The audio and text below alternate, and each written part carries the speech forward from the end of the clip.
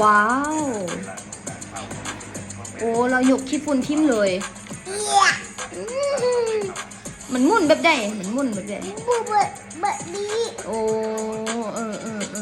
บุแบบนี้โดยจักมันมุ่นเองมันบอกมุ่นโอโตมันบอกบุโ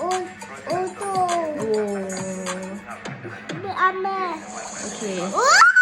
ว้าวอันนี้เราได้บันนี้มีใบมีขี้เยื่อบักอะไรที่คนกินน้ำเด็มีขี้เยื่อใบไม้เนาะเอาบันนี้เอาทรงโรบอทไปจัดการ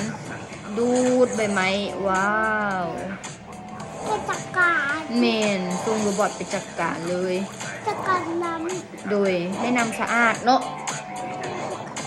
เวลาบันแล้วก็ลอยได้โอ้อันนี้เป็นอันนั้นอันเก็บใบไม้เก็บใบไม้อยู่อ่างลอยน้ำโดยคักเถอะวะแล้วเมื่อหาชิ้นลูกบอกหาชิ้นลูกบอกว่านึกว่ามันเมื่อยบ่มันเมื่อยมันบ่เมื่อยเนาะมันเป็นจักร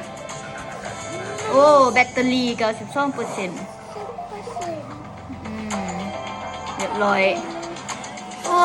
พอดีมูมาฮอดเหือนพอดีอ่างลอยน้ำสะอาดเลยเนาะบ่มีใบไม้จักน้อยเลยเนาะมีปูบ่าพอดีมูมาเลย3อันโดย3อันมาแล้วหมดแล้วโอ้อันนี้โรบอทอันวงม้วนปะเนี่ยอ่างน้ำล้างอ่างน้ำอีกแล้วเอาตัวนี้กะโอ้ลงไปแล้วโอ้อันนี้บ่มีทราย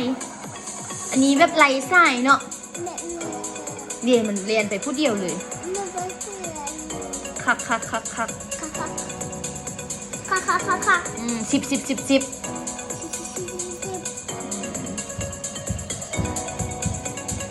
หมดแล้ว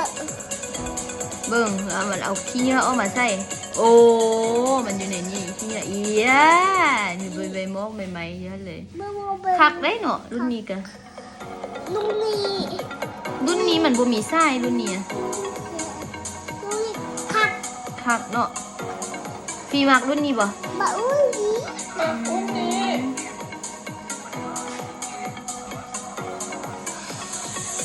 เอามีหู้พร้อมที่ซ้ำ